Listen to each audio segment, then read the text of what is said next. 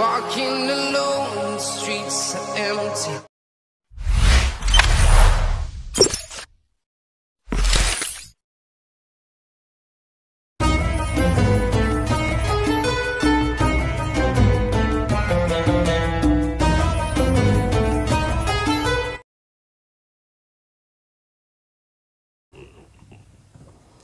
Assalamualaikum warahmatullahi wabarakatuh. Adik sekalian yang berbahagia, dalam pembuatan video ini adalah ini sebuah materi tentang studi kelayakan bisnis. Jadi ini adalah pertemuan perdana untuk semester 6 ya. Semester 6 tentang bagaimana kita akan mempelajari studi kelayakan bisnis. Tetapi sebelum kita melanjutkan ya, seperti biasa ketika kita pertemuan perdana kita harus memahami maksud dan tujuan dan manfaat daripada kita mempelajari atau belajar tentang ilmu studi kelayakan bisnis. Tentu kita harus tahu dulu apa itu definisi daripada kelayakan bisnis. Ya ini kalau kita sampaikan bahwa ini adalah kuliah hari ini itu dengan durasi kurang lebih 15 menit, tetapi dengan harapan mudah-mudahan adik sekalian nanti bisa memahami substansi daripada studi kelayakan bisnis. Nah, yang pertama saya sampaikan bahwa apa yang dimaksud dengan studi kelayakan bisnis ya. Jadi studi kelayakan usaha adalah suatu penelitian ya tentang layak tidaknya suatu rencana usaha yang dibangun dan dioperasionalkan secara rutin dan dalam rangka pencapaian keuntungan yang maksimal untuk waktu yang tidak ditentukan. Inilah definisi daripada studi kelayakan usaha atau bisnis. Kemudian kita juga akan mengartikan apa itu perusahaan ya. Jadi perusahaan dapat diartikan sebagai organisasi ya yang memproses perubahan keahlian dan sumber daya ekonomi menjadi barang dan jasa yang digunakan untuk memuaskan kebutuhan konsumen serta diharapkan akan memberikan laba kepada pemiliknya. Ini kalau kita artikan yang disebut perusahaan. Kemudian apa yang dimaksud dengan usaha? Maka diartikan seluruh kegiatan yang diorganisasikan oleh orang-orang yang berkecimpung dalam bidang perniagaan atau dalam hal ini adalah produsen, pedagang, dan industri di mana perusahaan berada dalam rangka memperbaiki standar dan kualitas hidup mereka atau hidup kita. Kemudian pengertian keuntungan di sini adalah keuntungan memberikan manfaat ekonomi, finansial ya, seperti pengusaha dan manfaat sosial. Inilah definisi daripada studi kelayakan, yang mana kita akan mengartikan apa studi kelayakan, kemudian apa itu perusahaan, apa itu usaha, dan apa itu keuntungan. Nah, dari sini kita lanjutkan tentang maksud dan tujuannya ya. Yang jelas ada sekarang sudah memahami apa yang dimaksud dengan studi kelayakan. Yang jelas ini studi kelayakan itu mempelajari penelitian, meneliti sebelum kita usaha agar kita mendapat keuntungan. Itu kalau kita artikan secara singkat.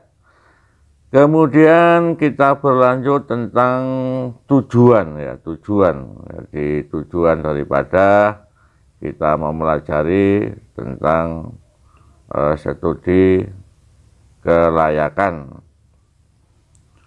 Yang pertama tujuannya adalah agar kita di dalam usaha, yang pertama kita harus menghindari risiko kerugian.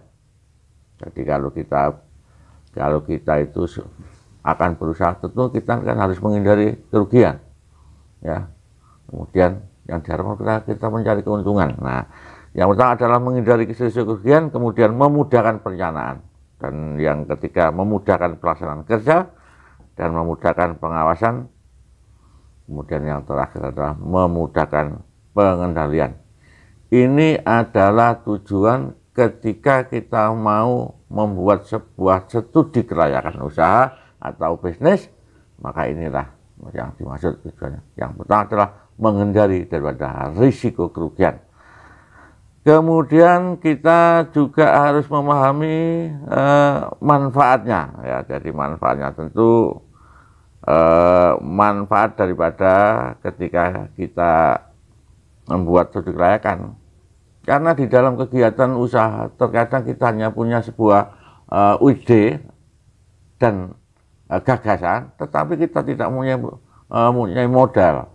Maka yang pertama ketika kita punya studi kelayakan, katakan ini sebuah gagasan, ya, kemudian kita tuliskan dalam sebuah menghitung, maka manfaatnya jika ini bisa untuk investor, ya. Jadi di sini manfaatnya adalah investor menjadi masukan berguna untuk membuat keputusan investasi secara lebih objektif karena dapat mengaji sebagai aspek secara komprehensif dan mendetail.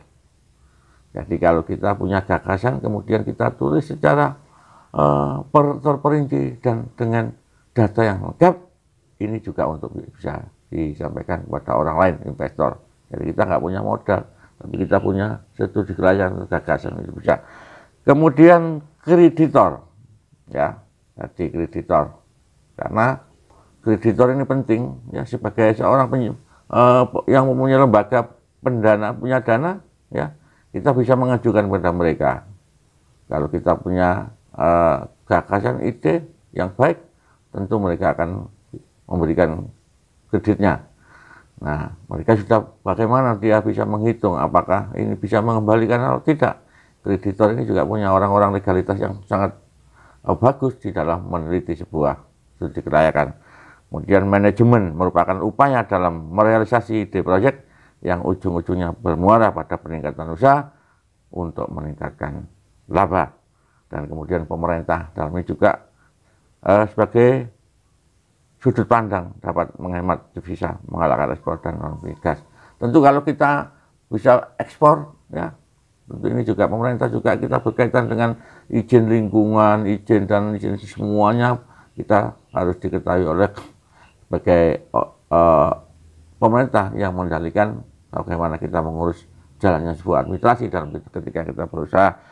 Kemudian masyarakat hasilnya merupakan peluang untuk meningkatkan kesejahteraan dan perekonomian rakyat, baik yang terlibat langsung maupun yang muncul akibat adanya nilai tambah.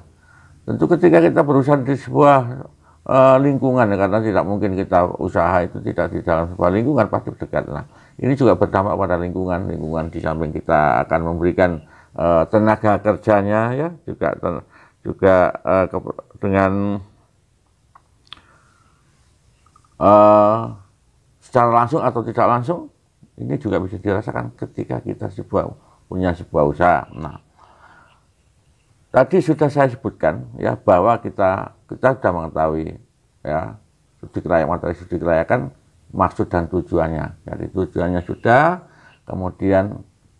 kemudian apa manfaatnya, ya, sudah saya sampaikan. Tentu kita yang selanjutnya adalah bagaimana kita untuk memulai dalam kita membuat suatu usaha. Karena apa? Ketika kita kuliah di sebuah lembaga tentang manajemen, ya, tentu ini semua berkaitan dengan bagaimana kita menggerakkan potensi yang ada di dalam tubuh kita agar kita mendapatkan nilai tambah, ya. Tentu ini berkaitan juga dengan ekonomi, ya. Jadi sekalian, ketika kita memutuskan dalam sebuah profesi usaha, tentu kita pasti akan bertujuan untuk menambah sebuah ekonomi pada diri kita. Karena setiap manusia itu kebutuhannya tidak terbatas. Ya, kebutuhannya tidak terbatas, tetapi sumber daya kita terbatas. Sehingga kita harus memanfaatkan potensi diri kita untuk memanfaatkan sebuah sebuah potensi diri kita untuk mencapai suatu tujuan, ya, untuk menggali bagaimana kita hidup itu tercukupi secara objektif dan subjektif. Nah, yang pertama ketika kita mau sebuah usaha atau membuat studi kelayakan, tentu kita harus menemukan sebuah ide. Nah, ingat adik sekalian, bahwa setiap manusia itu punya potensi untuk melakukan sebuah bisnis, ya. Tetapi yang mau mengidentifikasi itulah mereka yang bisa melaksanakan bisnis. Jadi pada dasarnya sama, kita semua sama, punya potensi untuk berbisnis, ya. Tetapi yang mampu itulah, mengidentifikasi itulah yang bisa bisnis. Karena kita pada dasarnya sama, ya. Nah, dari situ kita punya ide, ya. Tahapan pertama adalah penemuan ide. Ide apa? Kita akan membuat studi kelayakan, akan melaksanakan bisnis. Ide kita harus muncul. Kemudian tahap kedua ada penelitian. Ini yang disebut mengidentifikasi, penelitian, meneliti semua apa yang kita di dalam ide kita. Dan yang ketiga tahap evaluasi. Ya, evaluasi ini pengurutan bagaimana apa yang langkah-langkah kita yang kita kerjakan. Kemudian kemudian pengurutan dan keempat rencana pelaksanaan.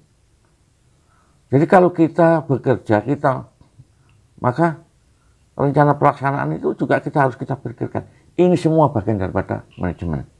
Ya, jadi kalau kita bekerja, kita harus merencanakan dengan baik. Dan yang tahap selanjutnya adalah pelaksanaan. Nah, inilah di dalam sebuah gagasan kita dalam melaksanakan bisnis. Jadi ada urutannya bagaimana kita punya ide, ya. Pertama kita membuat perhitungan, ya. Kemudian apa tujuannya, apa manfaatnya, dan tentu bagaimana tahap-tahapan yang kita lakukan untuk yang pertama. Yang penting kita tetap harus semangat. Jadi, tidak mungkin orang berusaha, ya. Kita harus berani memulai, ya. Tidak mungkin orang berusaha itu tanpa kita membuat studi kelayakan. Kita harus perhitungan secara matang sehingga kita melaksanakan itu bisa terprogram sesuai dengan manajemen kita merencanakan, kita planning bagaimana kita langkah-langkah selanjutnya.